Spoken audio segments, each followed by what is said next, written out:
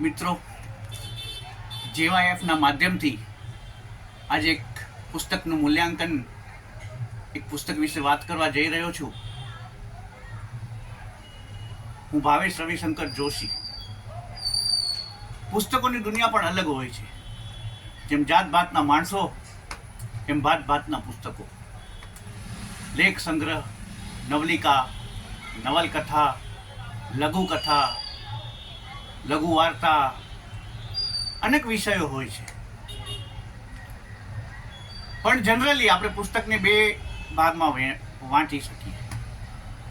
એક પુસ્તક જે પ્રિય હોય અને કાં પૂજ્ય હોય.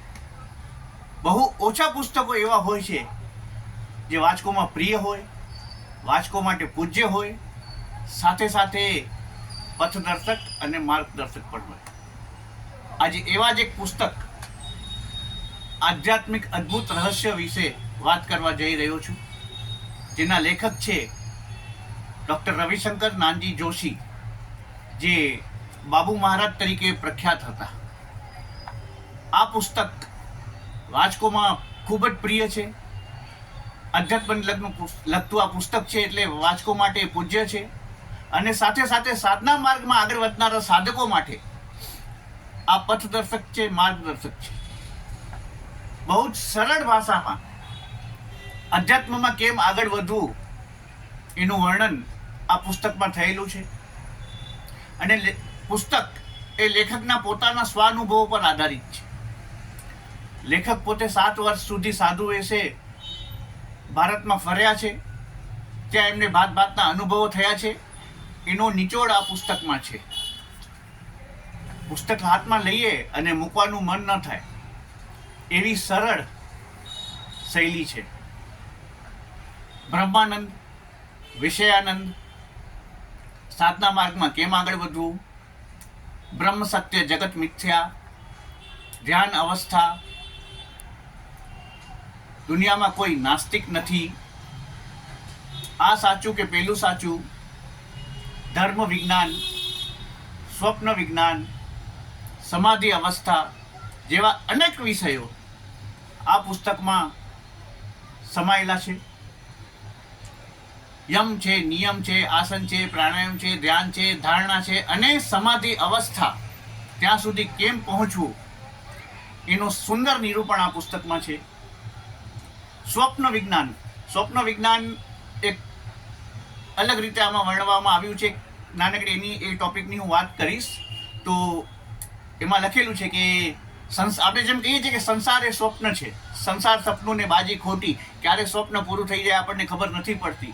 તો સ્વપ્ન વિજ્ઞાનનો પણ આમાં એક સરસ ઉલ્લેખ છે, જેમાં એક બેંકનો ક્લાર્ક થાક્યો પાક્યો ઘરે આવે છે, એનું માથું દુખતું હોય છે, અને એ માથા પર બામ લગાડીને નિંદ્રાધીન થાય છે. નિંદ્રા અવસ્થામાં એને એક સપના આવે છે કે એ રાજકુમાર છે, જંગલમાં શિકાર માટે નીકળ્યો છે. દૂર જતા એને પણ થાક લાગે છે, ઘોડા પરથી નીચે ઉતરીને આરામ કરે છે. ત્યારે એ રાજકુમારને સપનું આવે છે કે એ કઠિયારો છે. કઠિયારો જંગલમાં લાકડા કાપવા ગયો છે, ખૂબ દૂર નીકળી જાય છે, લાકડા મળતા નથી એટલે ઝાડની નીચે એ પણ નિંદ્રાધીન થાય છે. નિંદ્રા અવસ્થામાં એ કઠિયારાને પણ સ્વપ્ન આવે છે, અને સપનામાં એક બિઝનેસમેન છે. બિઝનેસમેન પણ નિંદ્રાધીન થાય છે થાકીને. ત્યારે બિઝનેસમેનને એક સ્વપ્ન આવે છે કે પોતે પાયલટ છે. પાયલટ પ્લેન ઉડાવી રહ્યો છે, અને સડનલી હવામાં પ્લેનમાં કંઈક ખામી સર્જાય છે, અને પ્લેન દુર્ઘટનાગ્રસ્ત થઈ જાય છે. અને ત્યાં જ કોઈ ખડખડ અવાજ થાય છે, અને ક્લર્કની ઊંઘ ઉડી જાય છે. ત્યારે એને સમજાય છે કે જે હું રાજાનો કુંવર હતો, કઠિયારો હતો, કે બિઝનેસમેન હતો, કે પાયલોટ હતો, બધું સ્વપ્ન હતું. તો જીવનમાં આપણે બી જે અવસ્થાઓમાંથી પસાર થઈએ છીએ એક સ્વપ્ન જ તો છે. એ સ્વપ્ન ક્યારે પૂરું? જ્યારે આપણી આંખ ખુલે અને સ્વપ્ન પૂરું થાય છે. જ્યારે જીવનમાં જ્યારે આપણી આંખ બંધ થાય અને આ સ્વપ્ન પૂરું થાય છે. આ ફર્ક અને આવી ઘણી બધી ગહન વાતો આ પુસ્તકમાં સહજતાથી, સરળતાથી સમજાવવામાં આવી છે. મિત્રો, કોઈ પણ પુસ્તક વિશે મૂલ્યાંકન કરવું બહુ ડિફિકલ્ટ હોય છે. કોઈ પણ પુસ્તક, આપણે અધ્યાત્મનું પુસ્તક નહીં, નવલિકા સંગ્રહ, વાર્તા સંગ્રહ આપણે લઈએ કે આવા કોઈ પણ પુસ્તક લઈએ, એના ડેપ્થ સુધી, લેખકના વિચારો સુધી આપણે જવું પડે.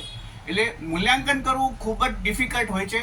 હું તો અંતમાં એટલું જ કહીશ કે આ જે સાહિત્ય છે, ગુજરાતી ભાષાનું સાહિત્ય એ અમૂલ્ય છે અને આ અમૂલ્ય વારસો આપણે આપણી આગળની જનરેશનને આપવાનો છે. જે જનરેશન આજે મોબાઈલમાં ખોવાઈ ગઈ છે એમને પાછા વાંચન તરફ વાળવાના છે. તો JYF જેવી જે આ સંસ્થાઓ છે એ બહુ જ સુંદર કાર્ય કરી રહી છે. એમને ધન્યવાદ સાથે આ પુસ્તક મૂલ્યાંકનને હું વિરામ આપું છું. Thank you so much.